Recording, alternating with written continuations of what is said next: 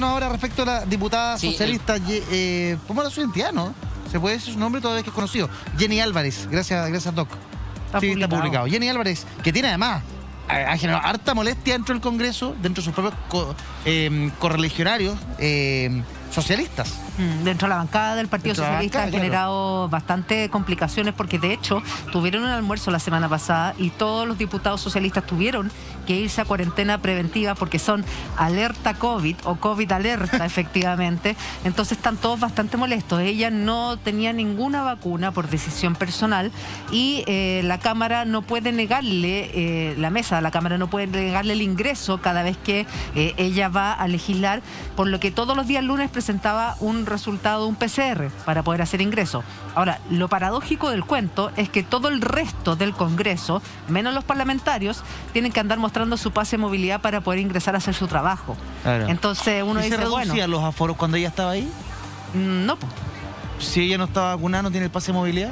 Es que la situación, nosotros la hablamos, la discutimos hace bastante tiempo. De hecho, uno de la bancada del Partido Socialista, el diputado Juan Luis Castro, en su momento, hace meses atrás, nosotros hablamos con él, con el diputado Celis también, respecto a lo que podría pasar, y ellos se mostraron bien molestos por estos diputados que no se habían inoculado y que lo mantenían como en resguardo, y ellos ni siquiera sabían, Martín. Sí, Julia Eduardo, y también para contextualizar lo que ustedes estaban contando en torno a la diputada Jenny Álvarez del Partido Socialista, ¿qué pasaba al momento de las votaciones? ¿Dónde se encontraba ella o dónde se encontraba generalmente al momento de las discusiones? Bueno, hay muchas instancias en que ella se encontraba en su oficina y al momento de realizar la votación bajaba a emitir su sufragio en cada una de las sesiones del Congreso. Ahora, y también para que la gente se aclare y tenga cierta noción de esto, y esto no es ser abogado del diablo y tampoco es defender a alguien, sino más bien ponerlo en contexto, que también es un debate que se va a venir a futuro. ¿Por qué a los diputados, las diputadas, los senadores y a las senadoras se les puede o se les deja entrar al Congreso sin contar con pase de movilidad? Absolutamente. Y al resto de los funcionarios se les pide sí o sí pase de movilidad, incluso a los periodistas que ingresamos generalmente hasta aquel sector. Eso sucede porque no se les puede negar el derecho constitucional y fundamental a ejercer su voto. Entonces, ante ese punto, sí o sí, se cuenta o no se cuente con pase de movilidad, no se le puede negar el ingreso a alguien que está sesionando, a alguien que está votando en la Cámara de Diputadas y Diputados. ¿Y esto cómo se quiere subsanar? Y con esto termino porque también sé que está el doctor ahí en el estudio, quien también nos puede entregar más claridad en torno a lo que está sucediendo y finalmente también qué es lo que puede pasar en un caso como esto. Lo que pasa es que hoy, no sé si se estará discutiendo hasta ahora específicamente, pero en el Senado se está viendo una reforma constitucional que fue ingresada el 5 de octubre por senadores de la hoy en día oposición, de prontamente oficialismo. Todo esto para que en casos o en ciertos casos excepcionales se vuelva el voto telemático y cambiar esto que también generó bastante discusión cuando Giorgio Jackson estuvo en cuarentena y no pudo votar. Finalmente, entregando este dato y contextualizando, como también dije anteriormente, sé que el doctor también tiene muchas cosas que decir y que también explicarnos. La contextualización es que está confirmado, tenemos ciudadanos A y ciudadanos B. Hay ciudadanos cuyos derechos, como los de los parlamentarios, de votar, es más importante que el tema sanitario. Y hay otros ciudadanos, como todo el resto de nosotros que no somos parlamentarios, que sí tenemos que andar con el pase de movilidad para ir a un lugar, entrar a un lugar, que te revise para viajar, etcétera, etcétera, etcétera. A mí me parece, no tiene que ver con el color político de la diputada, tiene que ver con una cuestión que los parlamentarios, y para los parlamentarios es más importante ese derecho. Pero es que imagínate que los quórum de constitución para algunas leyes están establecidos en la Constitución. Los quórum de aprobación también están establecidos. Si tú los entraras a modificar porque un parlamentario no tiene su esquema de vacunación completa, tendrías que hacer una modificación constitucional. No tiene sentido, no se puede. Si quiere tener el honor de parlamentar por Chile, que se vacune. Es que ese es el tema, y ahí está choca la libertad personal versus las obligaciones o las obligaciones que como ciudadanía nos imponemos o entendemos como ciudadanía. Es que me pone mal el tema de las vacunas. Doctor, ¿qué piensa usted? Que en Chile somos todos iguales, pero hay unos que son más iguales que otros. Claro. Y eso da para todos. O sea, claro. Desde ese punto de vista, también como tú bien dices, independientemente del color político, yo creo que sería exigible tanto para los parlamentarios como para los personeros de gobierno, sea el gobierno que sea, que uno, que estén en FONASA, ¿sí? Dos, que estén en una AFP como cualquier persona, ¿me entiendes tú? creo que sería una cuestión mucho más justa. No entiendo por qué el voto telemático no tiene valor, si hasta sin entrar en detalles, pero como fenómeno mediático tenemos que entender que desde lo que significa el teletrabajo, el trabajo a distancia, lo telemático, tuvimos un personaje que hizo campaña presidencial sin jamás haber puesto, por problemas legales, un pie en Chile. Exacto. Hizo una campaña política que lo posicionó y le dio un lugar inmerecido, a mi juicio, en el espectro político. ¿Cómo es posible que un parlamentario a esta altura del siglo XXI tenga que seguir votando presencialmente de una manera así obligatoria? Creo que no tiene sentido. ¿Sabes que yo le agregaría algo más al doctor? Una cosa que también le exigiría a los empleados públicos, que tuvieran a sus hijos también en colegios públicos. Exactamente, tal cual. Con eso, seguro que la educación pública en nuestro país mejoraría. La educación pública mejora inmediatamente. Que utilice los servicios públicos como cualquier persona. Claro, exactamente. Ahora, yo siento que en este caso es la crónica de una muerte anunciada. ¿En qué sentido? Porque los diputados levantaron las alertas hace unos meses atrás. Nosotros estuvimos con varios diputados, que me acuerdo que en esa época eran 6, Sí. si no me equivoco, 6 los que no se habían inoculado y que encontraban que era súper injusto obligar a todo el resto de los trabajadores del Congreso, que es muchísimo más que la cantidad de diputados y de senadores, a presentar su pase de movilidad para poder hacer ingreso al edificio y cumplir con su trabajo, y quienes están legislando ahí por votación popular pudiesen entrar sin nada. En esta oportunidad nosotros incluso lo hablamos con la Cámara, o sea, con la mesa de la Cámara de Diputados, y ellos nos decían que no podían obligar a nadie ni a vacunarse ni restringirles el acceso. Por lo tanto, lo que se había logrado hacer con esta diputada en particular era que todos los días lunes, los días domingos ya se tomaba un PCR, y los días lunes llegaba al Congreso ya con este PCR negativo. Hasta que este PCR dio positivo, y justo coincide con que había tenido un almuerzo algunos días antes con la bancada del Partido Socialista, y todos se tienen que ir a cuarentena. Habían diputados tremendamente molestos con esta situación, y de todos los colores políticos. Decían que no podía ingresar a sesionar o a votar efectivamente a alguien que no tuviera pase de movilidad. ¿Y por qué? Porque también se da esta cosa como en el Congreso hay trabajadores A y trabajadores B. Claro. Exactamente. Los que tienen que cumplir con el pase de movilidad estén de acuerdo o no con la vacuna, pero si no pierden la pega. Y los que se pueden pasar ciertas reglas por la punta del cerro y ir, da lo mismo como, y no tener que vacunarse y no hacer nada. Pero si los honorables son muy conocidos porque sus prerrogativas muchas veces las han mal utilizado. ¿Cuántas veces lo hemos visto hablando a la autoridad y tirando el título? Es que yo soy diputado de la República, usted no me puede controlar, usted no me puede parar, usted no me puede pedir nada, porque malentienden las prerrogativas que les entrega la Constitución y las leyes en su virtud de representante del pueblo en muchas materias. Y eso es un problema cultural y educacional que tenemos con nuestros representantes.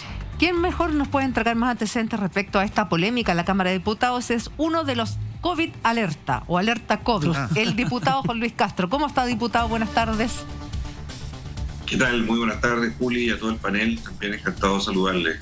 Así estamos en cuarentena preventiva en este minuto. Así es, en cuarentena preventiva. Nosotros lo habíamos hablado hace un par de semanas, incluso meses, con usted, cuando se supo esta noticia respecto a ciertos diputados que por opción o por dejación no habían cumplido con el esquema de vacunación completa y no tenían pase de movilidad, y sí se le exigía a todo el resto de los empleados del Congreso y de los trabajadores del Congreso tener el pase de movilidad. Finalmente sucedió lo que todos de alguna manera habíamos anunciado. Así es. De hecho, han transcurrido largos meses. Ustedes recordarán porque por este programa salió la primera denuncia. Gustavo Maneni hizo un reportaje. Se ratificó todo lo que dijimos. Hicimos la presentación ante la mesa. No se nos escuchó. No se aplicó un pase de movilidad para todos por igual, que es lo que corresponde. No porque haya una autoprotección de nosotros. Eso fue una interpretación que hizo la mesa de la Cámara en cuanto a que la norma constitucional que dice que muchas veces se ha utilizado para este mismo efecto. O sea, caminos habían para evitar una situación desastrosa o enredada como ha sucedido en esta oportunidad. Ahora, usted se encuentra con toda la bancada del Partido Socialista en cuarentena preventiva. ¿Ustedes cuándo fueron la última vez que estuvieron con la diputada? Fue el miércoles de la semana pasada. ¿Ya? Y ella dio positivo, se hizo el PCR el domingo. Ella salió el lunes positiva, Claro. a mediodía de la mañana. Y claro, ahí se generó la alerta a todo el sistema, y obviamente por estar ya entre sexto y séptimo día, nosotros a esta altura, claro, nos hemos hecho los PCR, muchos ya están, algunos informados negativos, yo estoy a la espera que me informen el mío, tengo un antígeno negativo ya en todo caso, que también me lo tomé, para poder volver mañana y poder hacer la votación de los temas que quedaron pendientes, en fin, todo lo que es la mecánica habitual. Aquí hay una cuota de responsabilidad de parte de la Jenny, que espero que se mejore, yo soy amigo de ella.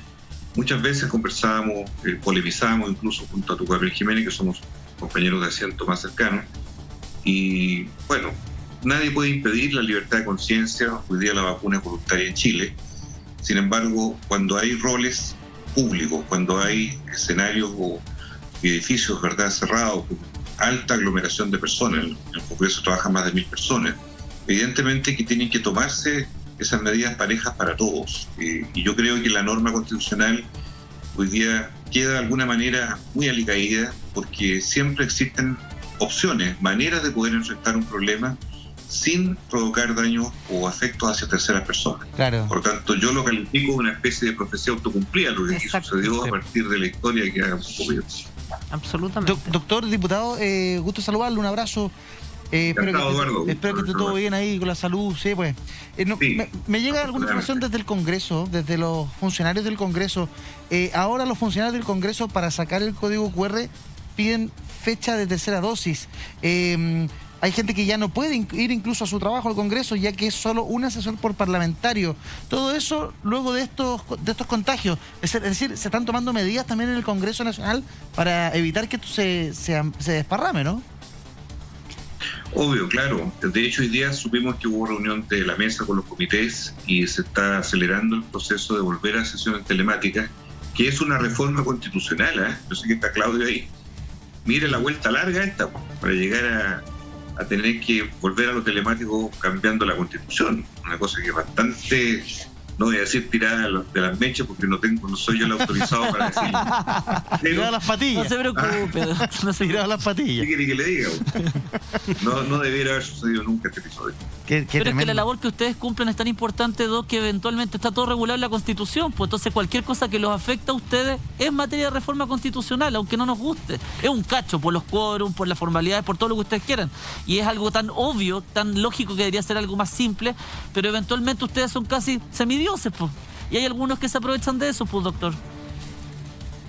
Sí, yo entiendo perfectamente lo que ha terminado siendo la imagen que ha quedado, que es muy negativa. Y yo quiero extrapolarlo también un poquito al momento en que estamos, porque hoy día, con esta gran oleada de COVID, variante Omicron, la situación se vuelve no más mortal por el momento, pero sí con una masa crítica de personas infectadas tan grande, que muchas veces hay gente que mira un poquito con desdén, que son resfriados comunes, que es una cosa muy suave, que pasa y ya. Otros que han tratado de organizar incluso este encuentro para ir a infectarse. Hay gente que tiene todo tipo de pensamientos, una especie de inmunidad colectiva, ¿verdad? Claro. Salir al paso, por decirlo así, del Omicron y infectémonos de inmediato. Hay que tener mucho cuidado en este minuto. Y así como en los trabajos, la modalidad telemática tiene que ser predominante en todo lo que sea factible. También es cierto que tenemos una dificultad, y lo llevo al campo social, comunitario. El transporte, por ejemplo, hoy día está con mucha complejidad. Yo, por ejemplo, aquí en Rancagua, para ir de Rancagua a Santiago, 1 hora y cuarto aproximadamente. Sin embargo, no sé en otros lugares, pero no se pide pase de movilidad. En un bus de 1 hora, para viajar dentro de Chile, personas, nada. Es un problema. Las líneas aéreas nacionales también ha habido un problema en eso, no exigirlo internamente. O sea, tenemos una relajación colectiva de muchas prácticas hasta este minuto, que yo creo que son altamente riesgosas en el minuto en que estamos, y por lo mismo también me ha preocupado mucho que la autoridad haya señalado ayer esta nueva categoría de alerta COVID, donde la verdad yo lo encuentro un sinsentido, porque si una persona está contagiada, está preocupada de sí misma, de sus síntomas, de sus cosas, ¿cómo le vamos a dejar a esa persona la tarea de llamar por teléfono a gente? A veces ni conoce toda la gente. Perdón, la misma autoridad ha dicho que a veces no se dice la verdad. O sea, hay muchas autoprotecciones aquí. No solo la responsabilidad de comunicarlo, de informarlo, de avisar, sino que la discrecionalidad a los empleadores de si esa persona tiene que ir a trabajar o no. Si esa persona le dice al jefe, fui contacto estrecho, fui lo que se conocía como contacto estrecho de un COVID positivo. ¿Qué hago, jefa? ¿Voy o no ¿Me quedo voy? en la casa o no voy? ¿Y va a depender del jefe si va o no va? ¿Qué le parece? No, pésimo. ¿Sabe por qué, Eduardo? Porque yo creo que en la etapa en que nos encontramos, a 2 años prácticamente del inicio de la pandemia, con todo un proceso de trazabilidad, que es esta famosa huella del virus, por dónde va, cómo llegar a tiempo a atajarlo, se pierde completamente en la medida en que dejamos en manos de las personas, en el autocuidado, pero ahora traspasado a una especie de autoprotección colectiva. Si es que las personas les da para eso, si es que pueden, no van a poder. Pero perdemos las cifras, perdemos los aislamientos, perdemos noción de quién es quién, por dónde están las cosas. Yo creo que esto es una medida casi, yo diría, de abandono, de alguna manera, una tarea que no puede ser sustituida y que es del Estado. Porque si no, yo digo, ¿por qué no recontratan a esos 5.000 funcionarios de la salud que en noviembre, acuérdense ustedes, fueron desvinculados porque ya no era necesario, estaba la cosa tranquila en ese momento, pero hoy día, caramba, que cambió todo?